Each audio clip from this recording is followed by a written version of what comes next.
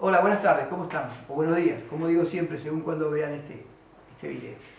Hoy vamos a abordar el tema de la unidad 2, el tema de empleo, desempleo, etcétera, todo lo que hay atrás de eso. Como ustedes ya saben, porque lo hemos explicado, tenemos organizadas las unidades de estos temas, explicando los aspectos teóricos del empleo, del desempleo.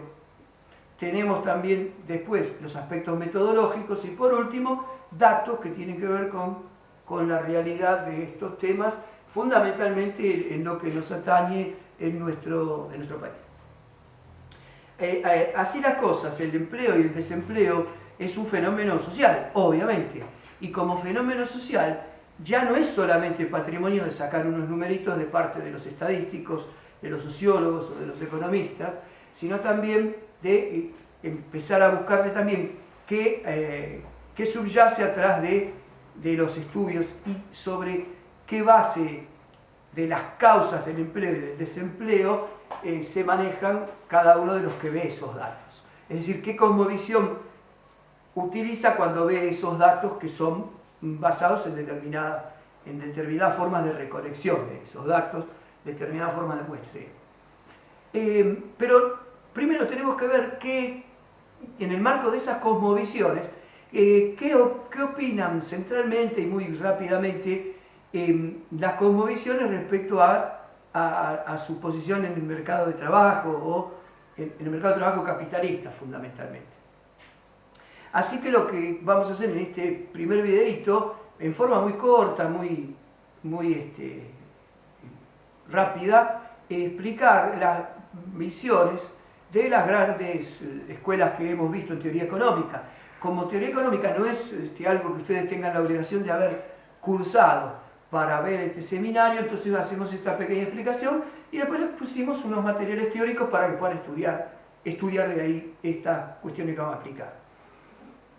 Así las cosas, bueno, de acuerdo a las cosmovisiones, Marx, neoclásicos o Keynes, acá las hemos ordenado de acuerdo más o menos al tema cronológico.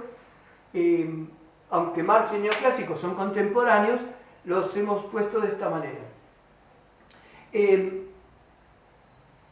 ¿Cuáles son las causas del desempleo para las distintas escuelas?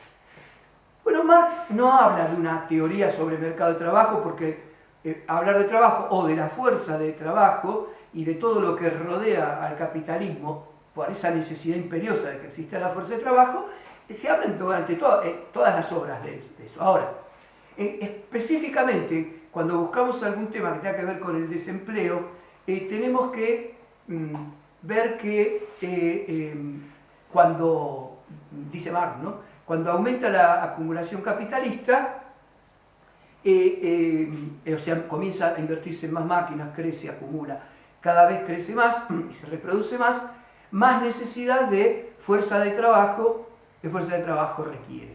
Entonces, cuando llega un momento que la dinámica de demanda de esa fuerza de trabajo es superior al crecimiento de la oferta de esa fuerza de trabajo. Por lo tanto, comienzan a ser escasos los trabajadores para la cantidad que hacen falta para la reproducción cada vez más ampliada del sistema.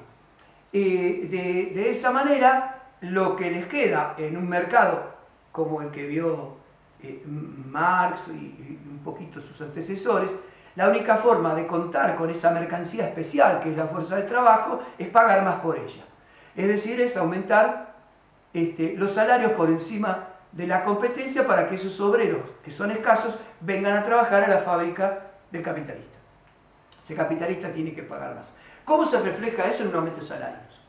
Ahora, desde el punto de vista de la teoría marxista, cuanto más altos son los salarios, más bajo es el beneficio, es la ganancia. Entonces, o el plusvalor, que tiene que ver, está muy relacionado con la ganancia. Entonces ahí el capitalista llega un momento que si demanda mucha mano de obra y tiene que pagar muchos salarios, el problema que tiene es que le va a caer la tasa de beneficio a niveles que ya a lo mejor ni siquiera le son accesibles a su concepto de una tasa de beneficio razonable, digamos, una tasa media de beneficio razonable.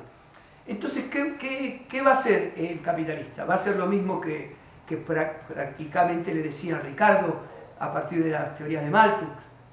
Va a dejar que con mejores salarios crezca la población. Entonces, si la población crece porque gana más que la subsistencia, va a tener mejores condiciones de vida, va a reproducirse mejor, va a vivir más y va a haber más obreros. Y ahí, entonces, como la oferta de trabajo va a crecer, van a caer los salarios. ¿Está dispuesto el capitalismo o los capitalistas a esperar ese proceso sistémico, ese proceso típicamente biológico? No, ya les digo. No, lo que va a hacer es apurar la cosa. ¿Y cómo va a ser apurar la cosa? Va a intentar bajar el costo de esa mano de obra. ¿Y cómo lo va a intentar bajar? Haciendo una cosa muy sencilla. Va a generar inventos, va a generar nuevas tecnologías, va a generar nuevas tecnologías que sean unas características primordiales de esas nuevas máquinas, de esos nuevos procesos productivos, que tengan como impronta el ahorrar la mano de obra. Entonces, ahorrar mano de obra es, incorporo máquinas y suplanto fuerza de trabajo. Si yo incorporo una máquina que hace el trabajo, una máquina herramienta, de 10 obreros, y lo puede operar un solo obrero, entonces dejo un obrero, lo pongo con la máquina y he hecho 9. Y así, con esa cantidad de nuevas máquinas que van entrando, van quedando los trabajadores en la calle. Y cuando los trabajadores quedan en la calle, están desempleados. Si están desempleados, van a pujar en el mercado de trabajo. Y esa puja en el mercado de trabajo, como la fuerza de trabajo es una mercancía, va a hacer que baje el valor de esa mercancía. Es decir, que bajen los salarios. ¿Cómo se mueve esto en la dinámica? Esta fue la explicación estática que yo les doy. En la dinámica del mercado de trabajo. Bueno, ese tipo de movimiento, Marx lo explica perfectamente cuando habla del ejército industrial de reserva o la sobrepoblación relativa o sobrepoblación excedente relativa, en fin. ¿Cómo es el proceso industrial? Fíjense, todos los años hay una cantidad de personas, de trabajadores y trabajadoras en edad de trabajar. Se ofrecen en el mercado. Algunos entran, ¿ves que le puse nuevos? Algunos entran y encuentran ocupación, pero otros no encuentran trabajo. ¿Y a dónde van a parar? Al ejército industrial de reserva. Es decir, el ejército industrial de reserva está formado por los desocupados. Por eso lo ponen como de reserva, dice Marx. En el marco de la acumulación capitalista, cuando vienen etapas, vamos a ser sencillos, malas para las industrias, que baja la acumulación capitalista, por lo que fuera, hay 1000 motivos que puede pasar, que baja la acumulación capitalista, están sobrando trabajadores. Entonces, ¿qué es lo que pasa? Esos trabajadores son expulsados de la ocupación, son desplazados de la ocupación. ¿Y a dónde van a parar? Al ejército de reserva, ¿por qué? Porque si son desplazados de la ocupación, son desocupados. Entonces, cuando hay una baja en la acumulación, por lo que fuera, el ejército industrial de reserva es una bolsa que se infla y se llena cada vez de más desempleados. ¿Qué es lo que le garantiza al capital esta cantidad de desempleados? Que cuando vuelva la acumulación, que cuando vuelva la inversión, que cuando vuelva la reproducción ampliada, que va a necesitar fuerza de trabajo, lo que va a hacer es tomarla ¿de dónde? Del ejército industrial de reserva. Y como son desplazados, están desempleados, van a ir a trabajar por salarios que les ofrezcan los capitalistas, o sea, salarios bajos. O salarios aceptables para el capitalista que no pongan en riesgo el nivel de plusvalor que están dispuestos a ganar y no menos, en ese sentido, las clases burguesas. Ahora, entonces, el ejército industrial de reserva son los desempleados del sistema. ¿Cómo son creados? A partir de la incorporación de máquinas, de expulsión del proceso industrial. Y así cumplen un rol, que es que son los desempleados, son creados por el propio capitalismo y además le sirven al capitalismo porque mantienen a raya los salarios de los que están empleados. Porque el que está empleado y ve tantos desempleados, mucha competencia en el mercado de trabajo, va a aceptar condiciones de trabajo que a lo mejor cuando hay mucho trabajo, muchos trabajadores empleados no los aceptarían. Y sin embargo, por miedo a quedar desempleado o ir a formar el ejército industrial de reserva, esos trabajadores también aceptan esas condiciones. Ahora, esto es un modelo dinámico. La sociedad sigue, todos los años siguen entrando trabajadores. Una cantidad siguen siendo ocupados y otra cantidad no. Ahora, en esta reproducción que se va dando año tras año, ciclo tras ciclo, en capital, hay algunos que se van. Y que no se van porque quedan desocupados, sino que se van porque son trabajadores pasivos. Lo que hoy llamarían, bueno, se jubiló.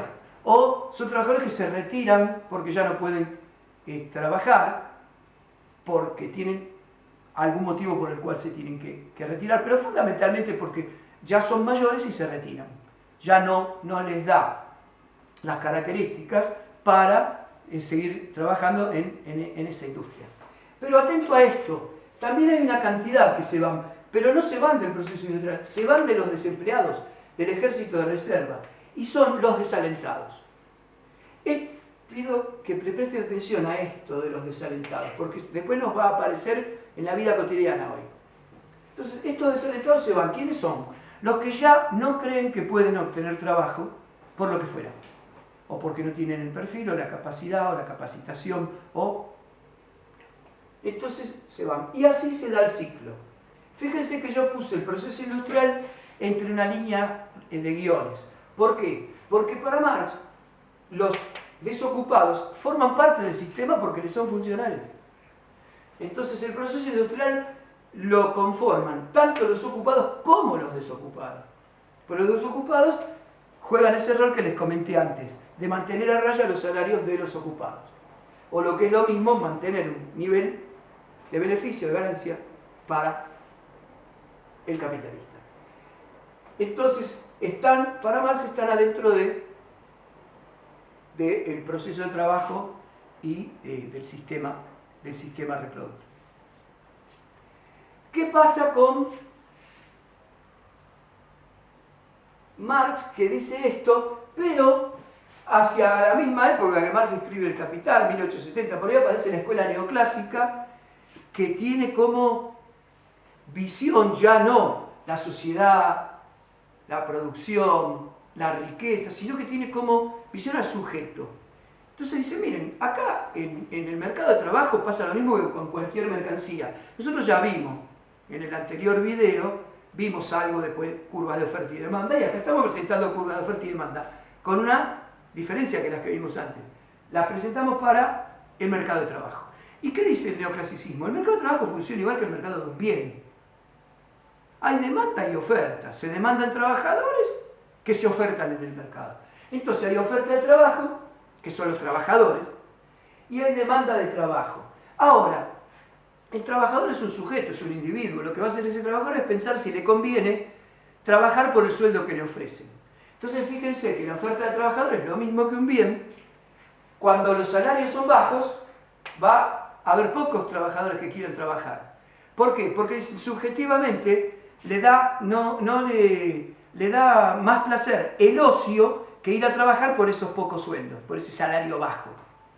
Porque las cosas que puede comprar con ese salario no le dan la misma satisfacción, la misma utilidad que le da el ocio, el no trabajar.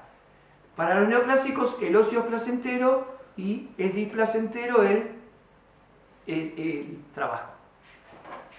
Ahora, a salarios bajos, ¿no? Fíjense que a salario bajo la demanda va a ser alta. Y si la demanda es alta para salarios bajos, fíjense, el trabajador va a querer trabajar por salarios más altos, pero va a tener menos demanda de parte de los capitalistas. Y el capitalista va a querer trabajar con salarios lo más bajos posibles, pero cuando los salarios suben, no va a querer tomar a esos trabajadores. Acá estamos mostrando W asterisco y Q asterisco, que sería, en ese momento, en ese lugar, el mercado de trabajo está en equilibrio acá. ¿Qué quiere decir que está en equilibrio? Lo mismo que para un bien, para una mercancía. A este nivel de salario todos los trabajadores trabajan. ¿Son toda la fuerza de trabajo de la sociedad? No. Pero estos son los que trabajan, los que son ocupados.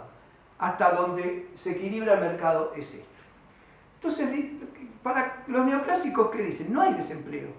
¿Cómo no hay desempleo? No. El que no trabaja, por más que hay más trabajadores, el que no trabaja es porque no está de acuerdo con los salarios que le pagan. Quiere decir que está desempleado, pero voluntariamente. O sea, no está desempleado porque el sistema lo empujó, como sí lo dice Marx, sino que está desempleado voluntariamente. Por lo tanto, el desempleo voluntario no lo genera el sistema. No trabajan porque no quieren. Podríamos hablar un montón sobre el contenido profundamente ideológico que hay atrás de eso, ¿no? O sea, lo único que les digo es esto, igual tienen unos buenos apuntes que se les explica. Acá no hay desocupados. Hay gente que no quiere trabajar, ¿les suena? Hay vagos que no quieren trabajar. ¿Por qué? Porque si quisieran trabajar aceptarían los salarios que le ofrece el sistema. Entonces este desempleo es voluntario. Después se aceptan otro tipo de desempleo, que es un desempleo por el propio movimiento del sistema, que está explicado en la teoría, que es por fricción. Y por último hay un desempleo que ellos dicen que existe, que es por intervención estatal. El Estado interviene. ¿Cómo interviene? Pone un salario mínimo. Entonces, si pone un salario mínimo, lo pone por encima del salario de equilibrio. No es lo que estarían dispuestos a pagar.